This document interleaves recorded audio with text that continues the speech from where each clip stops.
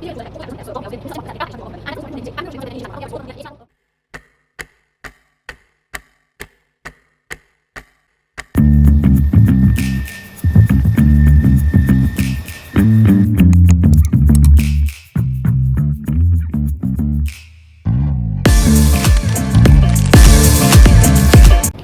भी हम अपना कोई करियर चूज़ कर रहे होते हैं या हम अपनी 12th के बाद या अपनी 10th के बाद डिसाइड कर रहे होते हैं हमें क्या स्ट्रीम चूज़ करनी है, हमें आगे जाके क्या करना है, तो हम जो इंपॉर्टेंट फैक्टर्स नोटिस करते हैं, डिस्कस करते हैं, उनमें से एक सबसे इंपॉर्टेंट चीज़ निकल के आती है सैलरी। यानी कि हमारी जॉब, हमारा करियर हमें क्या पैकेज ऑफर करने वाला है, क्या वो हमारे लिए इनफ होगा या नहीं, और ये जानना, ये डिस्कस करना बहुत ज़रूरी है।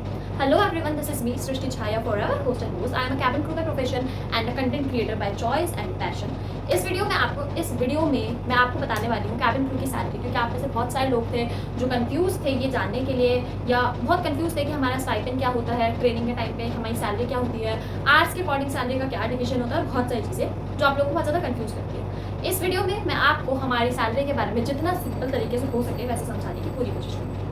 तो जब हम एविएशन ज्वाइन करते हैं तब हमारी 3 महीने की एक ट्रेनिंग होती है। Like Indigo it is for 3 months, air India में 6 या 9 महीने की भी हो जाती है ट्रेनिंग। तो उन 3 महीने की ट्रेनिंग में हमें एक स्टाइपेंड मिलता है हमारे बेसिक खर्चे निकालने के, विच इज़ अबाउट 19,000। लेकिन उसमें से अगर हम टैक्स वगैरह डिडक्ट करते हैं तो वो 13-14,000 के आसपास हमें मिलता है, जो कि बहुत कम है, I agree, but it is what it is. जब हम अपनी ट्रेनिंग कंप्लीट कर लेते हैं उसके बाद हमें हमारी बेसिक सैलरी मिलनी शुरू हो जाती है। तो ये सैलरी हमें हमारे कॉन्ट्रैक्ट के अकॉर्डिंग मिलती है। For instance I have a contract of 50 hours, यानी कि कुछ भी हो, महीने में मैं 50 आवर्स करूँ या ना करूँ, 50 आवर्स करूँ या 50 आवर्स से कम करूँ, वो बेसिक सैलरी तो मुझे मिलेगी ही मिलेगी। But if by any chance मैं 50 आवर्स एक्सीड कर दूँ तो वो एडिशनल आवर्स की सैलरी मेरी सैलरी में ऐड होकर मुझे मिलेगी। और यूजुअली हम हमेशा 50 आवर्स से ज़्यादा अप्लाई करते हैं। इंडिगो के ऑपरेशंस बहुत ज़्यादा है, इसलिए हम बहुत ज़्यादा आवर्स बना पाते हैं, और बहुत ज़्यादा आवर्स बना पाने की वजह से हमें हमारी सैलरी बेसिक सैलरी से ज़्यादा मिलती है। तो अगर मेरी सैलरी 37,000 है तो उसके बाद मैं जितनी भी एक्स्ट्रा आवर्स बना रही हूँ मुझे उसकी सैलरी ऐड होकर मिलेगी, मतलब मेरी सैलरी में वो एक्स्ट्रा पैसे ऐड होकर मिलेंगे। सो मेरा बेसिक सैलरी स्ट्रक्चर थोड़ा ऐसा होता है। मेरी basic in hand salary 37,500।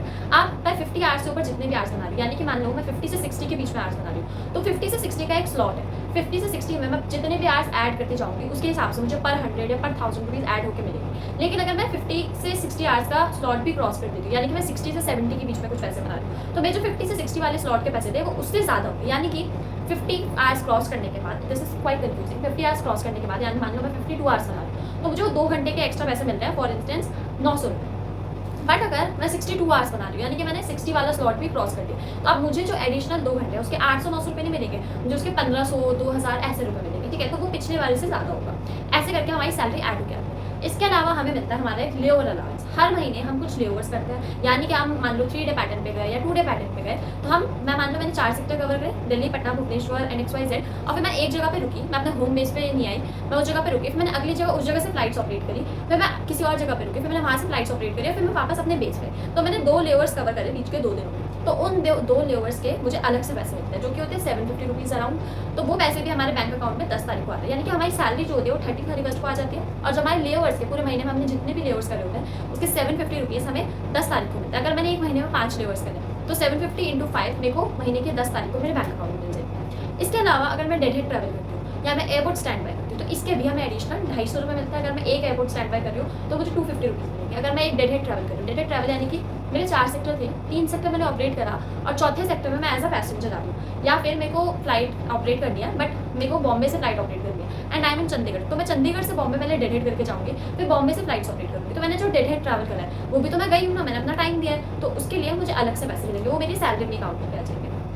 Usually जो लीड्स होती हैं उनके एयरपोर्ट स्टैंड बाय के पैसे नॉर्मल क्रू से ज़्यादा होते हैं, और डेड हेड तो आई गेस सबको इक्वली मिलता है। तो this is how our salary is basically divided. जैसे जैसे हमारा प्रमोशन होता है या जैसे जैसे हमारे एक साल बढ़ते जाते हैं, यानी कि अभी मैंने अपनी कंपनी ज्वाइन करी है एंड इट्स बेयरली 6 मंथ्स, एक साल जैसे मेरा पूरा होगा तो मेरा जो 37,500 का बेसिक पे है वो बढ़ के 40,000 समथिंग हो जाएगा। फिर मेरे को जब एक और साल होगा तो वो और ज़्यादा बढ़ जाएगा, और जो मेरे एडिशनल आवर्स की वजह से पैसे बढ़ रहे हैं वो तो अलग ही है।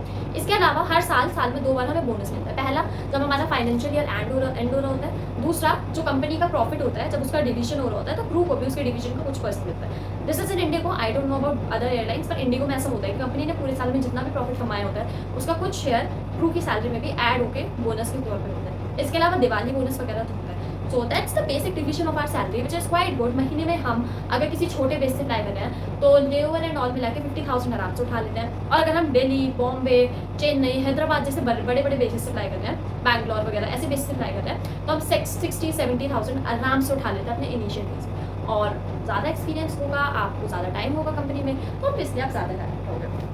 इसके अलावा हम इंटरनेशनल लेवर्स जो करते हैं उसमें हमारे फॉरेक्स कार्ड में पैसे आते हैं। तो फॉरेक्स कार्ड में जो पैसे आते हैं वो उस करेंसी के हिसाब से आता है, बट बेसिकली वो 6-7,000 के आसपास होते हैं इंडियन करेंसी में अगर देखा जाए, 6,000 अप्रॉक्स।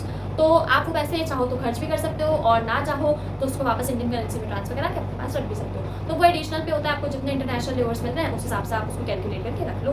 तो इनिशियल डेज में तो हम उन पैसों को खर्च करते हैं, यूज़ करते हैं, बट एक टाइम के बाद ऐसा हो जाता है कि हम सिंगापुर को कितनी ही बार घूमें, कितनी ही बार एक्सप्लोर करें, तो लोग वो पैसे भी सेव कर लेते हैं और बच जाते हैं। That's all about our salary. I hope मैंने बहुत कंफ्यूजिंग तरीके से इसको क्लियर कर दिया होगा। Still if you have any doubt let me know in the comment section. That's it for today, bye bye.